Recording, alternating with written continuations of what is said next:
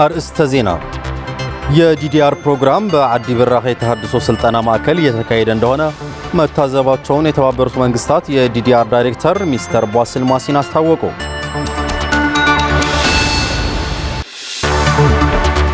የትግራይ ደቡባዊ ዞን በመጪው የክረምት ወቅት ከ9 ሚሊዮን በላይ ችግኝ ለመትከል መዘጋጀቱን አስታወቀ።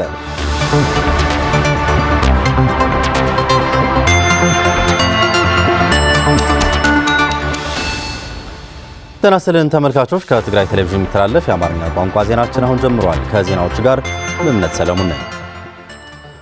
የፕሪቶሪያው የሰላም ስምምነት አካል የሆነው የዲዲአር ፕሮግራም የፌዴራል መንግስት ተወካዮች፣ የትግራይ ጊዜያዊ አስተዳደር አመራሮች፣ የአፍሪካ ህብረት፣ የተባበሩት መንግስታት ድርጅት፣ የአውሮፓ ህብረትና የተለያዩ ዓለም አቀፍ ድርጅቶችና የተለያዩ ሀገራት ተወካዮች በተገኙበት በአዲ ብራኽ የተሃድሶ ስልጠና ማዕከል ጉብኝት አደረጉ። የተቋማቱ ተወካዮች በትግራይ እየተካሄደ ያለውን የቀድሞ ተዋጊዎችን ትጥቅ የማስፈታትና መልሶ የማቋቋም ትግበራ ሂደትም ተመልክተዋል። በጉብኝቱ የተገኙት የተባበሩት መንግስታት ድርጅት ዩኤንዲፒ የዲዲአር ዳይሬክተር ሚስተር ቧስል ማሲና የኢትዮጵያ የዲዲአር ፕሮግራም ለመተግበር የሚያግዙ የ11 ሀገራት ለጋሽ ድርጅቶች በጉብኝቱ መገኘታቸውን ገልጸዋል። በዚህም በትግራይ ተቋርጦ የነበረው የቀድሞ ተዋጊዎችን መልሶ የማቋቋም መርሃ ግብር ዳግም መጀመሩንና አሁንም ተጠናክሮ እየቀጠለ መሆኑን ሚስተር ቧስል ገልጸዋል። የአዲ ብራኽ የዲሞቢላይዜሽን ማዕከል አስተባባሪ አቶ አሳይ ገብረመድህን በበኩላቸው ማዕከሉ ሚያዝያ 20 2017 ዓ.ም ስራ ከጀመረ ጀምሮ በየቀኑ እስካሁን 200 ሰልጣኞችን እየተቀበለ ስራውን በተቀናጀ መልኩ እየሰራ ይገኛል ብለዋል። የማዕከሉ ኃላፊ አያይዘውም ታጣቂዎቹ ስልጠናቸውን አጠናቀው ወደ ማህበረሰቡ ሲቀላቀሉ በዘላቂነት የሚቋቋሙበትና ሰርተው ህይወታቸው የሚቀይሩበት እንዲፈጠር ድጋፋቸውን አጠናክረው እንዲቀጥሉም ለዓለም ሀገራት ጠይቀዋል። የፕሪቶሪያ ውል ሙሉ በሙሉ እንዲፈጸም፣ የትግራይ ግዛት አንድነት እንዲከበርና ስምምነቱ በአስተማማኝ መንገድ እንዲፈጸም ዓለም አቀፉ ማህበረሰብ በትኩረት እንዲሰራ አሳስበዋል።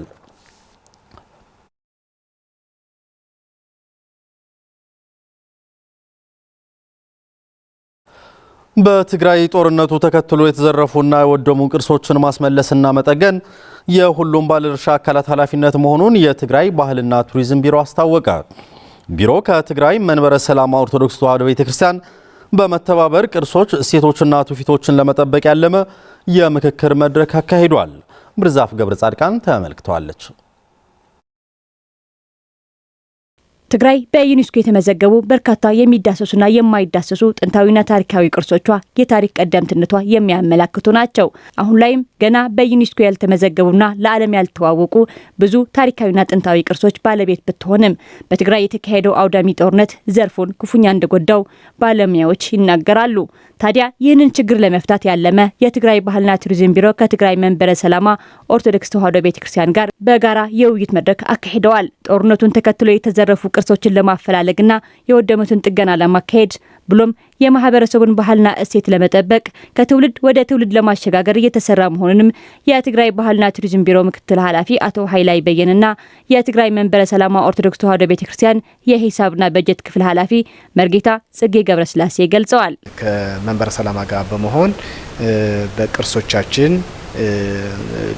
እንደ ቢሮ እንደምናደርጋቸው የሚኖሩን የተለያዩ የጥናት የምርምር የግንዛቤ መፍጠር የተለያዩ የጥገና ስራዎች ከነሱ ጋር ተባብረን መስራት የሚያስፈልግበት ጊዜ ስለደረስን እሱን መሀል አድርገን ነው መድረኩ እንዲዘጋጅና ሰፊ ውይይት እንዲደረግ ያደረግነው። መጠኑ አነስተኛ ነው የማይባል ቅርሳችን ጠፍተዋል፣ ተቃጥለዋል፣ ወድመዋል እና ይህንን ቅርሳችን ጠፍተዋል ግን አሁን ይህንን መልሰን ለማቋቋምና መጠበቅ አክለውም እነዚህ ቅርሶች የሀገር ብሎም የዓለም ሀብት ናቸው ያሉ ሲሆን ቅርሶቹንና እሴቶችን መጠበቅ የሁሉም የሚመለከታቸው ባለድርሻ አካላት ኃላፊነት መሆኑንም አመላክተዋል። ዋና ዓላማው የመንበረ ሰላማ ይሄ የገንዘብ ማሰባሰቢያ የሀብት ማሰባሰቢያ ስራ ዓላማው ምንድነው? አሁን የምናወራቸው የቅርሶች ማዳን፣ የገዳሞች ማዳን፣ የቅርሶች እንዲመዘገቡና ጥገና እንዲደረግላቸው በሰፊው እነዛ ያልናቸው ስናነሳቸው የነበርነው ችግሮች የሚመልስ ትልቅ ዓላማና ራዕይ ያለው እንቅስቃሴ ጀምረዋል። ህዝቡ ምን አይነት እምነት እንዳለው አመጣጡ ምን እንደሆነ ይህንን ጠብቀንና ተንከባክበን የመያዝ መጀመሪያ ውስጥ ያለን ሰዎች ኃላፊነት አለን። ከዛ ቀጥሎ የሁሉ የህዝቡ ኃላፊነት ነው የሚሆነው። እንዳይሰረቁ፣ እንዳይበላሹ የሚቀመጡበት ቦታ በደንብ እንዲሰራላቸው መንግስት ራሱ ከቱሪዝሙ ተጠቃሚ ነው። ከዛ ሀብት ተጠቃሚ ነው። ሀገሪቷም ከዛ ተጠቃሚ ትሆናለች። በቱሪዝም መልክ ተጠቃሚነት ስላላት ማለት ነው። እና ከጫፍ እስከ ጫፍ ያለ ሁሉ ኃላፊነት አለው የመጠበቅና ስቶርድ አድርጎ ወደ ቀጣዩ ትውልድ የመስተላለፍ ኃላፊነትና ግዴታ አለ። በመድረኩ የመወያያ ጽሑፍ ያቀረቡት የቅርስ ጥበቃ ባለሙያ አቶ ይብራህ ባራኺ ጦርነቱ በትግራይ ሃይማኖታዊና ታሪካዊ ቅርሶች ላይ ከፍተኛ ውድመት ማስከተሉን በመግለጽ ዘርፉን ለማነቃቃት መስራት እንደሚያስፈልግም አመላክተዋል። የትግራይ ቅርስ ናቸው፣ የኢትዮጵያ ሕዝብ ቅርስ ናቸው፣ እንዲሁም የዓለም ቅርስ ናቸው። አንድ የአክሱም ሐውልት ማሳያ ነው። አክሱም ሐውልት ብቻውን አይደለም። ቅርስ ከአክሱም ሐውልት ጋር ተያይዞ የሚመጡ ብዙ ነገሮች አሉ እና ሙዚየሞች አሉ፣ አርኪኦሎጂካል ሳይቶች አሉ። ስለዚህ ከነዛ የጠፉ ተንቀሳቃሽ ቅርሶች ይኖራሉ። ስለዚህ ቅርስ የሚያሸኘው በቦታው ሲሆን ወደ ባለቤቱ ሲመለስ ነው። የፌዴራል መንግስት አካላቶች በቅርስ ላይ የሚሰሩ የግል ተቋሞች ከዚህና አኳያ ያው ተገንዝበው የጥፋቱም ተገንዝበው የተሰረቁ ቅርሶችን እንዳሉ ተገንዝበው የማስመለስ ስራ እንዲያግዙን ነው ጥሪ ማቅረብ። የመድረኩ ተሳታፊዎች በዘርፉ ያሉትን ተግዳሮቶችና ስጋቶች እንዲሁም የመፍትሄ ሀሳቦች ያነሱ ሲሆን ይህም በቀጣይ ትኩረት ተሰጥቶት በስፋት በሁሉም ወገን እንደሚሰራበትና በየደረጃው ያሉ ለቅርሶች ቅርበት ያላቸው አካላትን የግንዛቤ ማስጨበጫ ስራዎች እንደሚከናወንም አመላክተዋል። የትግራይ ደቡባዊ ዞን በመጪው የክረምት ወቅት ከ9 ሚሊዮን በላይ ችግኝ ለመትከል የችግኝ ማፍላት ስራዎች እየተከናወኑ መሆኑን አስታወቀ። የችግኝ ተከላው ለማከናወን ከሐምሌ 5 ለመጀመር እቅድ መያዙም ዞኑ ጠቁሟል። ፍሬው ተወልደመድህን ትግራይ ከአውዳሚ ጦርነት በፊት በአረንጓዴ ልማት የሚታይ ለውጥ ካመጡ ክልሎች መካከል ተጠቃሽ እንደነበረች የሚታወቅ ነው። ይሁን እንጂ ጦርነቱ የሰው ሕይወትና ንብረትን ከማውደም ባልተናነሰ በተፈጥሮ ሀብቱ ላይ ከፍተኛ የሆነ ውድመትን አስከትሏል። ታዲያ ይህን ወደ ነበረበት ለመመለስ በማለም ስምምነቱ ከተፈረመ ወዲህ በየዓመቱ ችግኝ የመትከል ስራዎች እየተከናወኑ ይገኛሉ። በትግራይ ደቡባዊ ዞን በእንዳመኾኒ ወረዳ በ2017 ዓ.ም ክረምት በ26 ተፋሰሶች የችግኝ ተከላ ለማከናወን የችግኝ ማፍላት ስራዎች እየተከናወኑ መሆኑን የወረዳው የተፈጥሮ ሀብትና የምግብ ዋስትና ማረጋገጥ ጽሕፈት ቤት አስተባባሪ አቶ ይግዛው ታደለ ይናገራሉ። ሎም ዓመት 1.8 ሚሊዮን ፈልሲ በዚህ ዓመት ከ1.8 ሚሊዮን በላይ ችግኞች አፍልተናል። እነዚህም በ26 የተፋሰስ ቦታዎች ላይ ነው። በ700 ሄክታር መሬት ላይ ለመትከል ነው ዝግጅታችን እያገባደድን ያለ ነው። በባለፈው ክረምት በተቀናጀ መልኩ በተሰሩ ስራዎች አመርቂ ውጤት ማስመዝገብ ተችሏል ያሉት አቶ ይግዛው አሁንም ወደ 1.8 ሚሊዮን ችግኝ ለመትከል ችግኞችና የመትከያ ጉድጓዶች እንደተዘጋጁ ይናገራሉ። ሻብ ከዚ ካፍት ሒዝና ለነበርና 1.85 እነዚህን ችግኞች ለመትከል የሚያስፈልጉ 1.8 ሚሊዮን ጉድጓዶች እንዲሁም ለችግኙ አስፈላጊ የሚባሉ ስራችን የሰራን ነው። ከዚህ ውስጥም እስከ 1.3 ሚሊዮን ጉድጓዶች ተዘጋጅተዋል። ይህ ብቻ ሳይሆን የማዳበሪያና የኮምፖስት ዝግጅቶችም ተደርገዋል። እንደ ዞን በ92 የችግኝ ቀበሌዎች ከ13 ሚሊዮን በላይ ችግኞችን ለማፍላት ታቅዶ ከ9 ሚሊዮን በላይ ችግኞች መፍላቱን የገለጹት ደግሞ የደቡባዊ ዞን የተፈጥሮ ሀብት ጽሕፈት ቤት አስተባባሪ አቶ ንጉስ ተስፋይ በሁለንተናዊ መልኩ ማህበረሰቡን ተጠቃሚ በሚያደርጉ ስራዎች እየተከናወኑ መሆኑን ይገልጻሉ። ፈልሲ ከነዳሎ ዝሐሰብናዮ 13 ሚሊዮን እንደ ዞን ታቅዶ የነበረው ከ13 ሚሊዮን በላይ ችግኝ ለማፍላት ቢሆንም ከዚህ ውስጥ እስካሁን 9 ሚሊዮን 661 ሺህ በላይ ችግኞች ማፍላት ተችሏል። ይህ ሲሆን 60 በ40 የሚል እቅድ አውጥተንበታል። 60 በመቶ ለማህበረሰቡ ኢኮኖሚያዊ ጥቅም የሚያስገኙ ችግኞች ሲሆኑ 40 በመቶ ደግሞ የደን ሽፋንን ለማሳደግ የሚያግዙ መሆናቸውን ነው። ይህ በመጪው ክረምት የሚከናወነው የችግኝ ተከላ ቆላማና ደጋማ ቦታዎችን ታሳቢ ያደረጉ በ10 የገጠር ወረዳዎች እንዲሁም በ4 ከተሞች እንደሚከናወንም ነው ያስረዱት። ችግኞቹ በቆላና ደጋ አካባቢዎች ለአየር ንብረት ተስማሚ መሆናቸውን አረጋግጠናል። ስለዚህ በ10 የገጠር ወረዳዎች ውስጥ 92 ቀበሌዎች አሉ። በእነዚህ ውስጥ ከሚገኙ 175 ተፋሰሶች ላይ ተከላው ይከናወናል። በተጨማሪ ደግሞ 4 ከተሞቻችን ላይ ማለትም ማይጨው፣ ኮረም፣ አላማጣና መሆን ላይ ለከተሞች ውበትና ጥቅም ያላቸው ተክሎችን ለመትከል ዝግጅቶች አጠናቀን እንገኛለን። በሚከናወነው የችግኝ ተከላ 5 ሚሊዮን ጉድጓዶች መዘጋጀታቸውና በሚቀጥሉት ሳምንትም በተያዘው እቅድ መሰረት ቀሪዎቹ 4 ሚሊዮን ጉድጓዶች ዝግጁን ለማድረግ ርብርብ እየተደረገ መሆኑን ተመላክቷል። የችግኝ ተከላው ለማከናወንም እንደ አየር ሁኔታው የሚወሰን ቢሆንም በእቅዱ መሰረት ሐምሌ 5 በይፋ እንደሚጀመርም ለማወቅ ተችሏል። የኢትዮጵያ መንገዶች አስተዳደር የውቅሮ ነበለት የመንገድ ግንባታ በተያዘለት የጊዜ ገደብ እንዳይጠናቀቅ ያልተከፈለ ካሳና የአፈር አቅርቦት ችግር ለመንገዱ ግንባታ እንቅፋት እየሆነ መምጣቱን ገለጸ። የክልተው ላዕለ ወረዳ አስተዳደር በወክሉ ከካሳ ክፍያ ጋር በተያያዘ ከወረዳው አቅም በላይ በመሆኑ ጊዜያዊ አስተዳደሩ መፍትሄ እንዲያስቀምጥ ጠይቋል። ለኢየሩሳሌም ገብረመድህን ዘገባ ፍርቱና ገብሩ።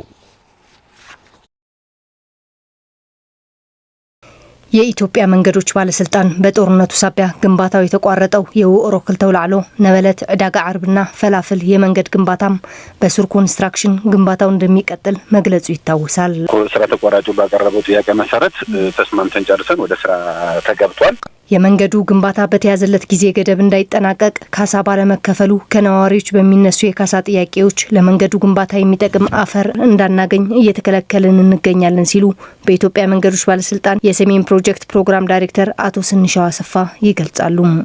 ከውቅሮ ንብረት ጋር ተያይዞ ኦልሬዲ ከጦርነቱ በኋላ ፕሮጀክቱ ከህዳር ጀምሮ 2024 ጀምሮ ኮንትራክተሩ ጋር በመነጋገር ወደ ስራ የተገባበት እንደሆነ ይታወቃል። ከዚህም ፕሮጀክት ጋር ተያይዞ የተወሰኑ አንዳንድ ቻሌንጆች ነበሩ። በተለይ ከወሰን ማስከበር ጋር ተያይዞ መንገዱ ላይ ያሉት የመርዝ አፈር ማውጫ ቦታዎች እና እንዲሁም የተለያዩ የአስፋልት ፕላንት ያለበት ኤሪያ ላይ ክፍያ አልተከፈለም በሚል ትንሽ የወሰን ማስከበር ስራ ያልተሰራበት ምክንያት ነበር። በ2016 ዓ.ም የወጣው የክልሎች አዲስ አዋጅ ክልሎች ካሳ ራሳቸው እንዲከፍሉ ጸድቋል ያለው አቶ ስንሻው በዚህ መሰረትም የመንገዱ ግንባታ እንዳይጓተት በተደጋጋሚ ለሚመለከተው አካል በደብዳቤ አሳውቀናል ይላሉ። ከዚህ በፊት የነበረው አዋጅ ቁጥር 1161 2011 የነበረው በአዲሱ ተተክቷልና ይህም አዋጅ ከሐምሌ 4 2016 ጀምሮ በነጋሪት ጋዜጣ ታትሞ ወጥቷል።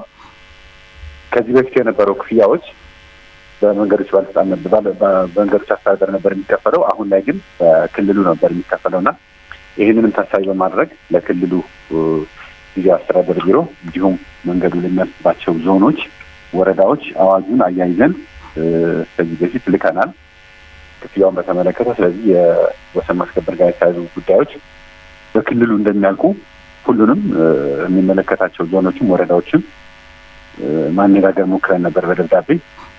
አሁን ላይ ግን ትንሽ መንገዱ በፈለግነው ደረጃ እየሄደ አይደለም። አቶ መለስ ፍስሐ በሱር ኮንስትራክሽን የውቅሮ ነበለት መንገድ ፕሮጀክት ኃላፊ ናቸው። መንገዱ በአጭር ጊዜ ተጠናቆ ለተጠቃሚዎች እንዳይረከብ ባልተከፈለ ካሳና አፈር ምክንያት ግንባታው ሊጓተት ችሏል ይላሉ። በስተደለ ፍጥነት ካይካይድ ናይ ነዳዲ እጥረት ያጋጥም እዩ። በተፈለገው ርቀት ለመሄድ እንደ እንቅፋት የሆነን የነዳጅ እጥረት ነው። በተጨማሪም በተለያዩ ምክንያቶች እየተጋተትን ነው። ሆኖም ከወረዳው ጋር በመወያየት ለመፍታት እንጥራለን። ህብረተሰቡም እንዲያጉላላ መንገዱን ቶሎ ለመጨረስ እንፈልጋለን። እንደ ሱር ያቅማችን እየጣርን ነው። ወረዳው ያለውን ችግር ትኩረት ሰጥቶ ካላገዘን አምቡላንስም በዚህ በኩል ማለፍ አይችልም። ስለዚህ ከባድ ነው የሚሆነው። የተነሳው ጥያቄ ትክክል ነው ያሉት የክልተው ላዕሎ አስተዳዳሪ አቶ አስመላሽ ገብረመድህን ጉዳዩ ከወረዳ አቅም በላይ መሆኑን ይናገራሉ። ሕጡ ልማዕታዊ ሕጡ ዲሞክራሲያዊ ሕጡ ስርዓት ዝሓትት ዘሎ ማለት እዩ። አርሶ አደሩ ተገቢውን ካሳ መጠየቁ ልማታዊ ጥያቄ ነው። እንደ ወረዳ እኛ ማድረግ ያለብን እያደረግን ነው። የካሳ ኮሚቴ አሰባስበን ጥናት አድርገን ማድረግ ያለብንን አሟልተን ወደሚመለከተው አቅርበናል። ሆኖም ወደ ፌዴራል ስንላቸው የሚመለከተው ክልል ነው ይሉናል። ክልል ስንጠይቅ ደግሞ አሟልታችሁ ቆዩ እናየዋለን ይላሉ። ስለዚህ የትግራይ መሬት አስተዳደርም ጊዜያዊ አስተዳደርም በስነ ስርዓት ህጋዊ መልክ ካላስያዘው አርሶ አደሩ ትልቅ ችግር ላይ ነው። እኛ መጨረስ ያለብንን ከአካባቢው ማህበረሰብ ጋር ተቀናጅተን መንገዱ አፈር ማልበስ፣ ማመቻቸት የመሳሰሉ ነገሮች እያስተካከልን ነው። ሆኖም ማሽኖቹ ቆመዋል። ቶሎ ወደ ስራ መግባት አለባቸው። ይህን ችግር ለመፍታትም መንግስት ትኩረት ማድረግ አለበት። ከካሳ ጉዳይ ጋር በተያያዘ እስካሁን ለትግራይ ፕላን ኮሚሽን በወረዳው የቀረበ ጥያቄ አለመኖሩን የገለጹት የኮሚሽኑ ኃላፊ ወይዘሮ ሀንሳ ተክላይ እንደዚህ ያሉ ችግሮች ያሏቸው ወረዳዎች ጥያቄያቸውን በህጋዊ መንገድ ሊያቀርቡ ይገባል ይላሉ። በሐፈሻ ከንክልል ጸገሙን እንደ ክልል ችግሩን ለመፍታት ዘግይተናል። ትኩረት ብዙም አላደረግንም። ሆኖም አሁን ካሳ በክልልም ሆነ በፌደራል መሰጠት ያለበት በስርዓት መፈጸም አለበት ብለናል። በ2016 የወጣው አዋጅ ክልሎች የመሰረተ ልማት ካሳ ራሳቸው መሸፈን አለባቸው ይላል። ስለዚህ ፌደራል እኛን ክስም ሲል እኛ ማድረግ ያለብንን ከወረዳዎች ጋር ተቀራርበን አስፈላጊው መረጃ አቅርቡ ብለናል። ያለው ነገር እየተከታተልን ነው። ሁሉም አጋዥ ሊሆን ይገባል እያልን ነው። ሌሎች የተቋረጡ መንገዶችም እንዲቀጥሉ እየጣርን ነው። ትግራይ አሁን ያላት ኢኮኖሚያዊ አቅም ዝቅተኛ ነው ያሉት ዶክተር ሀንሳም የመንገዱ ግንባታ ለማስቀጠል መግባባት ላይ መደረሱን ገልጸዋል። በመጨረሻ በትግራይ በጦርነቱ ምክንያት ትላልቅ የንግድ ተቋማት በመውደማቸው የትግራይ ኢኮኖሚ ከ70% በላይ መውደሙ የመቀሌ ዩኒቨርሲቲ ጥናት አመላከተ። በንግዱ ማህበረሰብ ላይ ደረሰው ኪሳራ ለማካካስም የፌዴራል መንግስት ፖለቲካዊ መፍትሄ እንዲሰጠው እንደሚጠበቅም ተገልጿል። አሰፋ ካሳ